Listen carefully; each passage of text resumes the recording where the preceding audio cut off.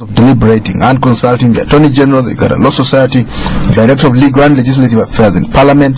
The Appointments Committee decided to approve the appointment of General Aronda Nyakairima. 13 MPs voted in favor. All of them from the NRM. 1 NRM member abstained, 6 opposed the move, 5 opposition and 1 independent. Some people have said that the MPs were pushed. There was a lot of pressure behind them to have General Aronda Nyakairima approved. The precedent was that JJ Odongo, another general, was not approved before he resigned from the army. We look at the ramifications of that decision the other day.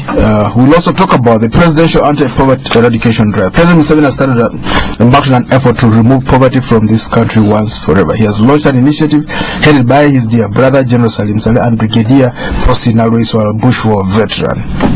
He's meeting with veterans of the liberation, whether it's 1981 to 86, Bush that brought him to power. Now, some people think he's campaigning for 2016. That's 3 years away. But that's the way of people. They keep talking about these things and reading things. Who are you? And I might not be able to see some of them. We'll talk about that. We'll also talk about Mandela Day. Mandela stretched his life past the 95-year mark yesterday, defying odds and predictions of an earlier death. We'll see what we might learn from South African politics. He was in prison 27 years. He was in power 5 years. Here we've seen people in the bush 5 years, in power 27 years. Our guests tonight, Honorable Jimmy Akena, Lera Municipality MP from the UPC party. You're most welcome, Honorable Akena. Thank you very much. We are also joined by Dr. David Mushabe, Senior Partner at the Mushabe Munungu and Company Advocates. You're most welcome, Dr. Mushabe. Thank you, Edmund. Good evening, listeners and viewers. We are joined on the line as well by Honorable Stephen Mkitale Birahwa, Bulisa County MP and Chairman of the Committee on the National Economy. You're most welcome, Honorable Birahwa. We are in the process of linking up with him. We'll talk to him and he'll talk to us when we finally get him. Honorable Lydia Onyoto, 2-time Uganda representative of the East African Parliament, is on her way to these studios. Honorable Akena, why was Aronda approved when the Constitution seems to say something else? I think this matter is it's not ending here. In that, although I've heard the arguments about that there's nothing explicit in the law which states that he has to retire or resign, but I think it pushes us in a difficult situation. Let me approach it from this angle and not use many of the arguments which have already been made by those who are, let's say, professionals, legal professionals. Take the case of General Sejusa. At the moment, there is nothing explicit on how a UPDF MP loses the seat. And if you recall the Tumukunde case where Tumukunde took the matter to court and actually won, but it had already passed the time that he was removed from being an MP somewhat outside of the confines of the law. Now, in this particular instance, suppose General Sejusa is still a member of parliament and Nandala Mafabi appoints him as Shadow Minister of Internal Affairs. What sort of situation will we get? Because the justification which you've used for Aronda, you can have General Sejusa being a UPDF member of parliament, being the Shadow Minister for Internal Affairs, and you get into some sort of quagmire. So if you look at it from that angle, that is where we've reached. You can have a UPDF officer holding any position which is reserved for the opposition, because you've opened that door. If somebody is willing, there could be Chairman Park, there could be Shadow Minister, all of that. That's where we've reached in this particular instance. And if you look at the ramification of General Sejusa coming back and sitting with us in the opposition and shadowing Aronda, I think it will make very interesting debate. But the reality is now, if you justified the General Aronda, there's no way you can say that General Sejusa cannot be a Shadow Minister of Internal Affairs in the same parliament. That's remarkable. Very interesting. We'll get back to you on this point. But first of all, we need to dissect this one first. It's absolutely brand new. Dr. David Mushabe. General Sejusa comes back to Kampala, gets back to parliament, and Nandala Mafabi names him Shadow Minister for Internal Affairs. 2 generals on opposing sides. Perfectly legitimate from what we saw yesterday and the other day. Well, if that happens, then actually, like Honorable has said, they have opened the Pandora's box. Now, nothing would stop members of the opposition from appointing General Sejusa as the shadow minister, say for internal affairs or any other ministry. But what is intriguing here is that for me, when I was following this whole saga for the last few weeks, I realized that actually the president, who is the commander-in-chief, who is the chief executive of this country, and therefore the military falls under him because he takes orders from him, and the military now becomes part of the executive. Now here, I think the other side, the proponents or the supporters of this appointment would say, look, nothing has changed. The man has been a member of the executive. He has now been appointed also in an executive position of a Minister of Internal Affairs. However, when you take it further and you ask yourself, how many members of cabinet are from the opposition? The answer is none. Now, if only the NRM members are eligible to become ministers or members of the cabinet, then that makes the cabinet a partisan cabinet. We don't have a government of national unity or a cabinet of national unity. Had we had a cabinet of national unity, then probably we would argue that it is okay even to appoint a serving officer on a cabinet, but that is not the case. So here, my brother Aronda finds himself in a partisan cabinet, yet he has not resigned from service. Yet, Section 98 of UPDF Act requires a person who is going to be participating in political activities to resign. So this is the dilemma in which now I think our government is in. Jejo Dong, Honorable Jejo Dong, resigned before, and others have resigned before. This has been how do you? I'm looking for that word. That is what has constituted our history in the past. As a precedent. As a precedent. Thank you. This has been the precedent had already been set that men in uniform first, unless they are going to be representing UPDF in Parliament, but men in uniform, if they are going to be in active politics or even be on cabinet, they have to resign first. But it is intriguing to see how goalposts have been shifted when it came to General Aronda. So I'm afraid that this decision might have dire implications. We might see more military officers being appointed to cabinet positions and even other political positions. And I see probably we are undoing what we claim as a government to have achieved for the last 27 years. If military officers are going to be now administering or executing policies of the government. What's wrong with that? Do you know the army normally instills a high level of discipline? Maybe we should have all the entire cabinet full of soldiers. They arrive in cabinet room with their guns, they put them on the table, and then they begin to debate policy in cabinet. What's wrong with that? There is another constitutional principle that here is in jeopardy: separation of powers. So now, the parliament or the executive would be one and the same with UPDF. In developed jurisdictions like in Europe and America, soldiers retire. When they retire, those who are known to be very disciplined, they are appointed to such positions. After retirement? Yes, after retirement. So there would be nothing wrong if they retired before they took these positions. But here, of course, in a third world country, like Uganda, in Africa, to me, on the other hand, on the flip side of the coin, I don't see any meaning in retirement. Because they retire, they are in the reserve force. And the reserve force, according to UPDF Act and the Constitution, they are still under the command and control of the commander-in-chief. Well, but you can't court-martial them. They can be called upon to go to war. They could go back voluntarily, but you can't court-martial them. One of the arguments that, and this has been pushed by Sejusa, is that President Museveni uses, he prefers for people not to retire because, in the army can do much with them. If they leave, he won't have much sway over them. Well, there will be limited powers once you have resigned. But when you are still within a certain age limit, you are still impliedly or indirectly viewed as a serving officer, even when you have retired. You're still in the reserve force. Honorable Kenna, some people think President Museveni does not want soldiers to retire. Is that something you'd share, and why? What would be the philosophy behind it? I mean, there have been cases of people trying to retire. I remember at one stage Tinyafunza tried to retire unsuccessfully.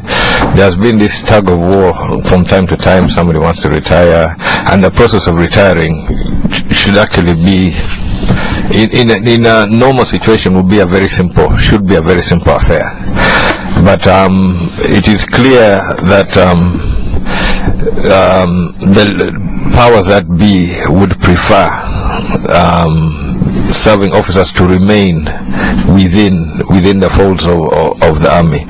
The reasons, of course, you can get various speculations and whatever, and also ability to, as my brothers mentioned, ability to control somebody. Once retired, of course, you get some freedoms, which you, as an officer, you will not, as a serving officer, you will not be able to exercise, because you'll be limited to some of the military disciplines. But it's I don't know to whose advantage this is, because in theory we're going towards a multi-party. We are in a multi-party dispensation. It would mean that another party other than NRM can win the elections. In many countries, you do get, despite this issue of saying the army should be non-partisan, it should be non-partisan in its actions, but you'll have people who have affinity or preferences, and they don't actively exercise that political aspect until retirement. You get someone like General Powell, after retired, becoming the Secretary of Colin Powell. He retired, he became the Secretary of State. He had a Republican leaning. You also have those who are Democrats. So you have those across the board, but within the context of the military, you stick to the military line without getting into the partisan aspect. Now, in this particular case, Aronda is, whether he likes it or not, or whether we say it is or not, he is being put into some partisan political arena, and it does not set, to me, a good precedent going forward.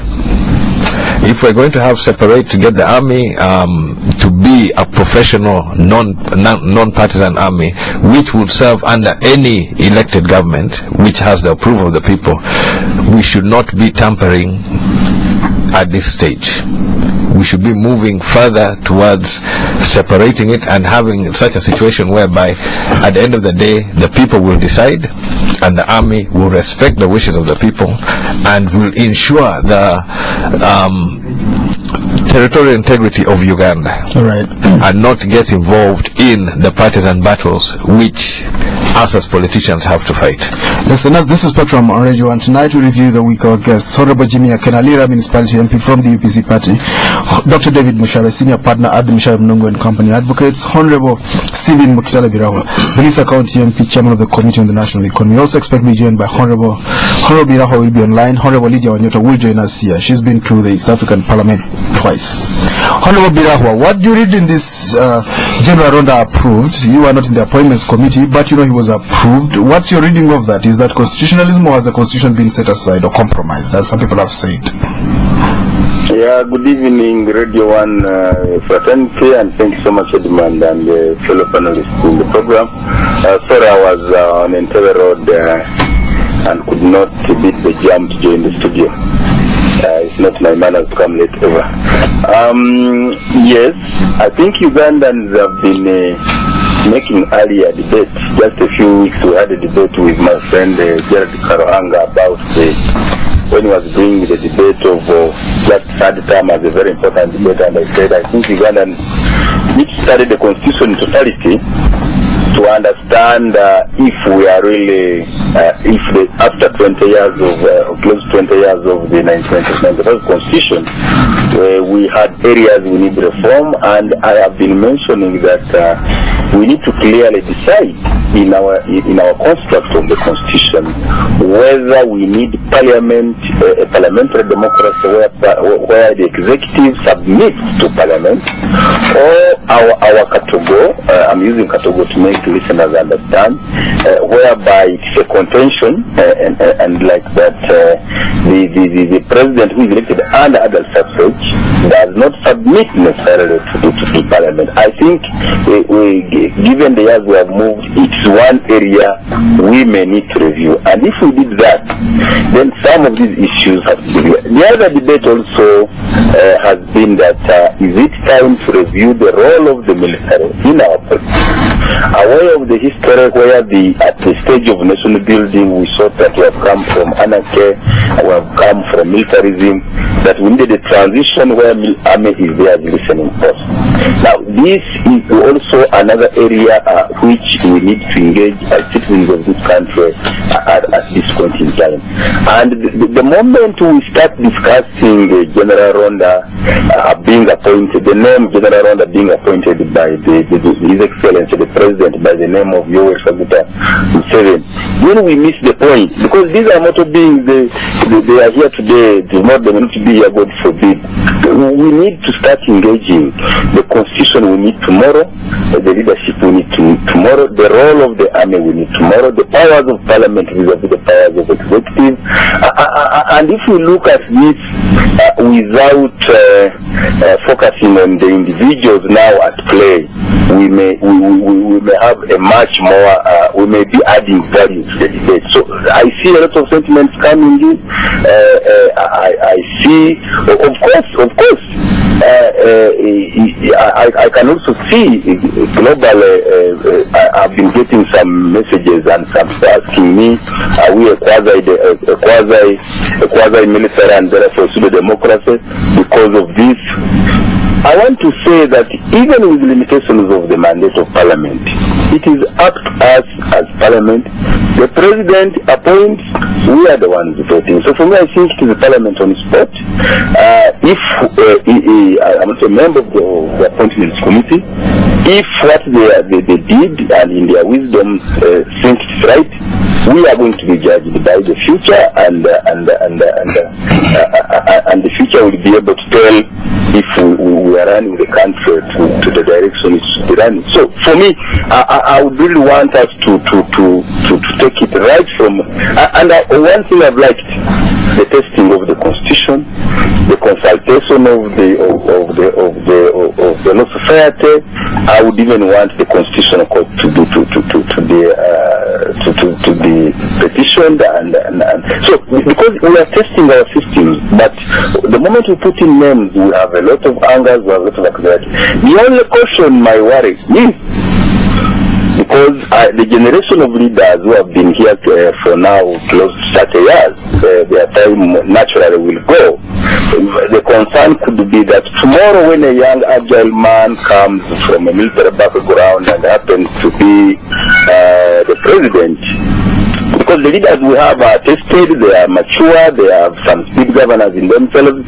If you have a young man tomorrow, 10 years from now, and he decides to bring 20 military officers as cabinet ministers, and he decides to make all permanent secretaries army officers, what would that mean for the country? Of course, I'm not saying this can also be done even under the current circumstances. It's a matter of retiring some 200 brilliant army officers from our constituencies, sponsor them in our constituencies.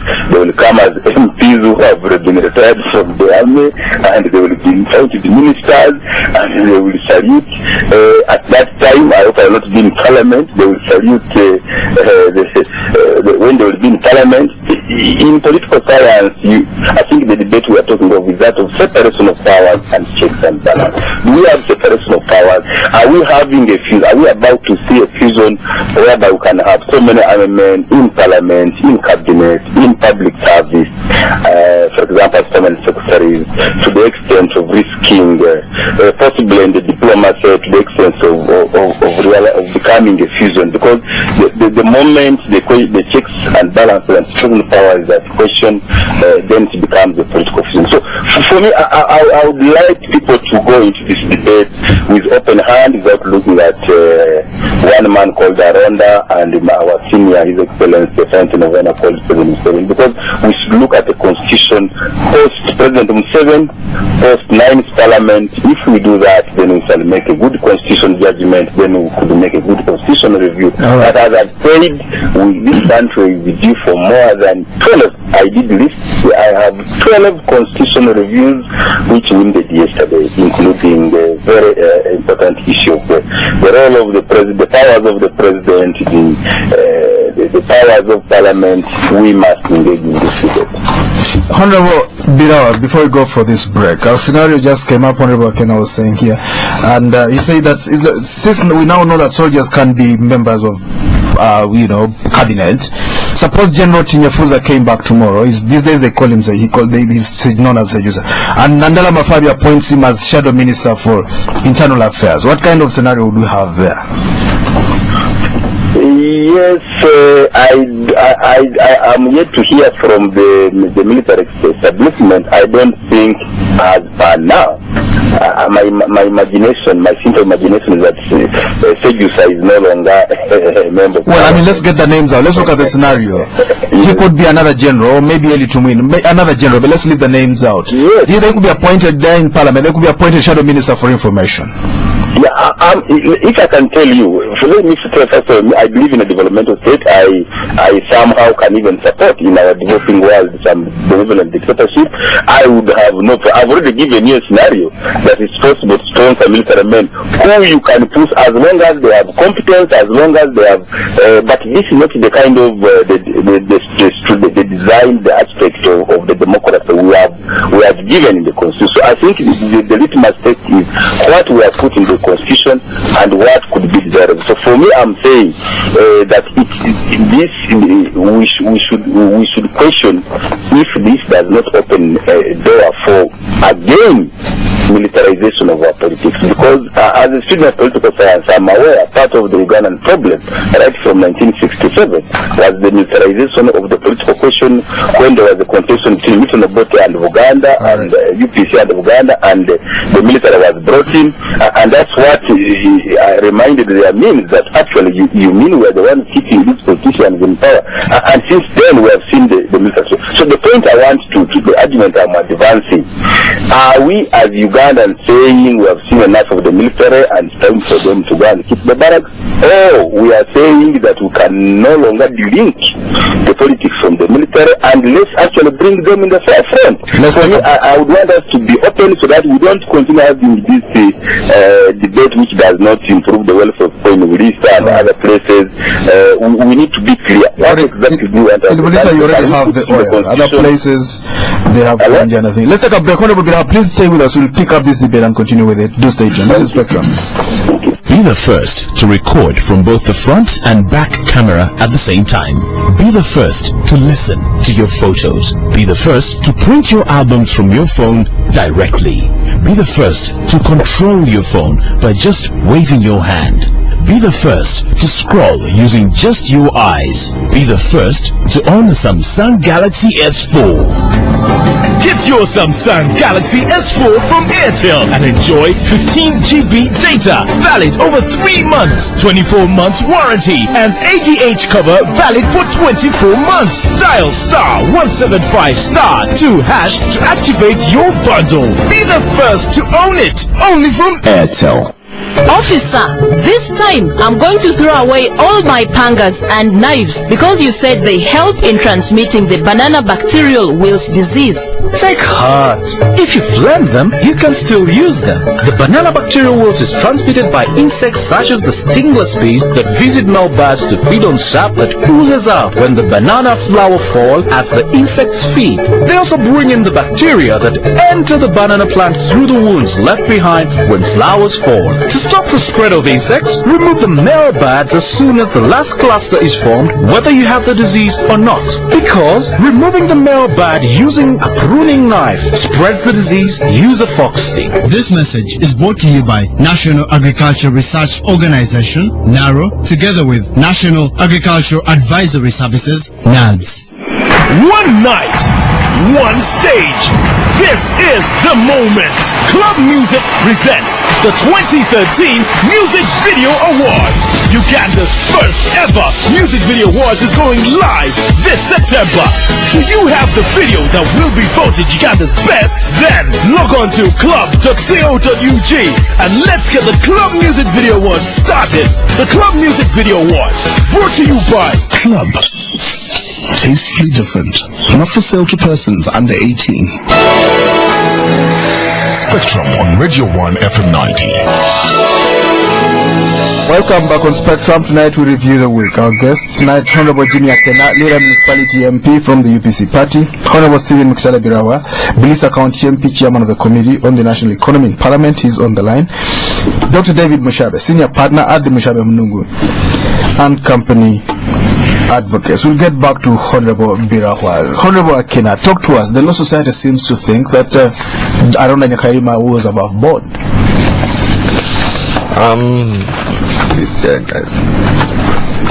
Not being a lawyer, I think they're saying yes and no, but they're really throwing the ball back into the court. I think they've tried to put into perspective what the law says, what are the requirements, but they do spell out that being a minister is a political office, and in their thinking it would be prudent for somebody occupying a political office to first resign from being a member of parliament for UPDF rather than resigning from the army per se. So it is something which may have to, I really suspect it will end up in the courts, and we're going to get an interpretation from the courts on this particular issue. But the issue which I threw earlier on is the sort of Pandora's box which can open. I use the example, although my colleague does not agree with me. Well, let's keep the names out, but Sejusa could come back and could be minister in Namdala Mafavi's cabinet. Yeah, that's where we are. Namdala could get all the other 9 and give them positions in his cabinet. Give them positions if somebody is willing, and then you'll have that situation where you may have senior members of UPDF on both sides of the aisle on the opposition side, and maybe arguing their issues on the floor of parliament. Let's examine that a little deeper. I mean, it's come out to us from Honorable Akena, but let's look at that kind of scenario. It might be an academic bed, but this is the real life. Anything can happen. Suppose Nandala and Mafavi named 5 MPs from the UPDF as shadow ministers.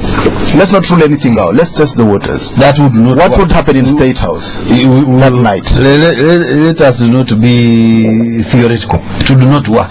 We know the Uganda we are living. Sejusa is in exile. He's disagreeing with the president. He could come back tomorrow, even for 3 days before he's arrested. He could say, Nandala Mafavi could name him shadow minister for internal affairs. That's a practicality. It could happen. But Edmund, you know that the army MPs, the UPDF MPs, vote as a bloc. They are not allowed to have an independent. Sejusa is not really flowing with the waters right now. The things he's been saying. I think his chances of coming back to that parliament are less than zero. But me, I wanted us to first discuss more. No, let's get this out. He said it opens a Pandora's box. Let's not be academic. Let's look at all the scenarios. Sejusa could be on the flight as we speak. He could be appointed by Nandala over the weekend. He could be in parliament at midday as shadow minister for internal affairs. And UPDF recalls him. Well, it could be for 30 minutes. I'm saying that is the practical aspect of politics. That the appointment is theoretical, yes. Nandala can appoint him anytime. But tomorrow UPDF will recall him. Yeah, no. And why not recall Arunda Nyakairima? Because of all he's a man who even spoke about it. He's actually supporting my point. The issue why I brought out of Brigadier Henry Tunkunde, he did not agree with the position, and I think this centered around the issue of the removal of the term limits. UPDF did remove him, but the courts basically said that he was removed outside of the provision. So the issue which came out of some of this, there's nothing explicit on whether Arunda can be, there was an issue of being explicit. At the same time, there is nothing explicit on how a UPDF officer who is a member of parliament is removed. So that's why I brought the question is Sejusa still an MP? You've heard statements that he's not, but that is something which maybe can be interpreted. Now, I said in that circumstance, if Sejusa was to arrive in Uganda, walk into Parliament, and sit on the opposition bench, and in his army take uniform, that precedent before he's arrested, take that precedent of Tumukunde winning in court, and Nandala appoints him, and suppose he's been appointed now to shadow his colleague, one general one side, another general on the other side. On the other side. Now, it is theoretical. It would practically, it is very difficult to happen. But in science, you test everything. Yes. What I'm trying to put across is that it's difficult. You're not going to get a serving UPDF officer likely to take the direction of Henry Tumukunde or somebody like Sejusa. But if suppose somebody did that one, it is possible that you can have him on the other side of the house. I know.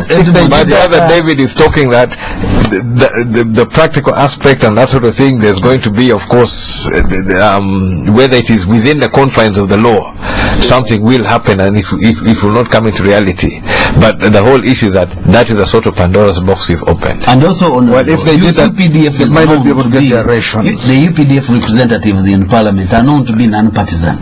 Now, when one of them says, I have accepted the appointment by the opposition, well, one has appointed partisan, and therefore that will be ground to reject. One has accepted the appointment. If you accept opposition, you're partisan. If you accept government, you're non-partisan. By Parliament, there are only two sides: the government and the opposition. So, if this one is on the other side, is basically against the opposition. He's occupying one half of the house. He's no longer. He no longer has. You actually answered your own question. Any appointment is partisan. Yes. Whether by government or by opposition. Yes. Well, of course, if a soldier did that, they might miss their. But may I comment on the statement of Uganda Law Society? Well, we'll talk about that on another occasion. Let's talk about the spirit of the 1995 Constitution. Dr. David Mushabe, what was the spirit as these people debated the Constitution when they said a serving military officer cannot seek political office? Well, I think that is what the Uganda Law Society wrote about. That particular article 1131 does not expressly say that a serving officer must resign, but it only prohibits him from a serving officer from seeking a political office or from being partisan. And that's where the Uganda Law Society brought in Section 99 of the UPDF Act, which says that... Let's leave out that. That Law Society is also very, very controversial. Some of the things they've said. They stick to the letter of the law. They don't try to read the public domain. They don't try to read the spirit for us. A law interpretation should have both sides. It should really be holistic. You see, if you want to know the spirit of the Constitution, you go back to the Hansard. You see what they are debating. That is how you extract the spirit, or you establish the spirit of the Constitution. They don't even try to do that. They stick to literal interpretations, which really any law student should be able to do. Not the law society. They should be able to read the trends. They've understood the history. They should be able to give us the spirit of this. Here I want to appreciate what they have presented. They have presented Article 99, which prohibits that appointment. I think it's very academic. It sticks to the letter. It prohibits. They don't try to read the spirit of it. Section 99, it prohibits outrightly. There is also a case of Darlington Sakwa and another versus Electoral Commission, Constitutional Petition number 8 of 2006, which also says that such an appointment is political. The logic really is, it's not what you would expect from a law society, a national law society. But they have given you, actually their presentation is balanced except the conclusion. Well, it just shows you the depth to which they actually went. I don't know how much time they gave to this, but many people I think are going to be questioning the depth of the Uganda Law Society statement released by Ruth Sebatinda. Yeah, but before we get back to Honorable Biraho, very briefly, what do you think went on Ronald Nyakairima's mind? If he were to act on his own, would he have resigned from the army? Would he have stayed where he was? I really would not know, but my own personal view, I think he would have preferred to stay in the army. But there's one aspect which you're ignoring. Yes. The Law Society talks about the political party and other organizations Act. Yes. And clearly states that as a minister, you're not going to avoid some controversial statements, which Section 16 explicitly prohibits. Of the UPDF Act. Of the Political Party and Organizations Act. So a minister carrying out his functions, which are going to enter into this area, is going to be political. It's going to be partisan.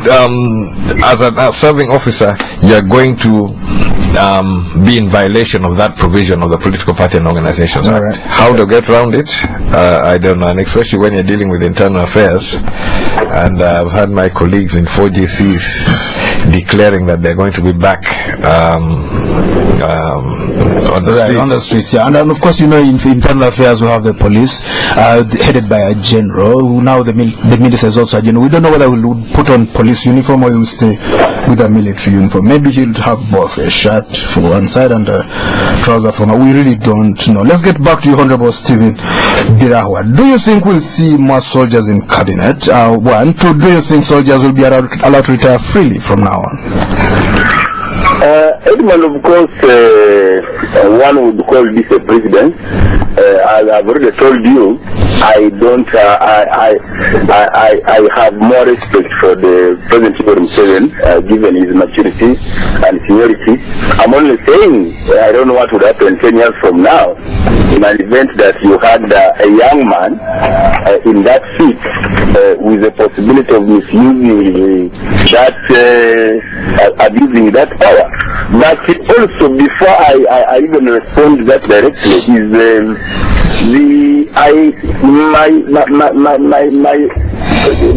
my primary point I want to advance is that when we have this contention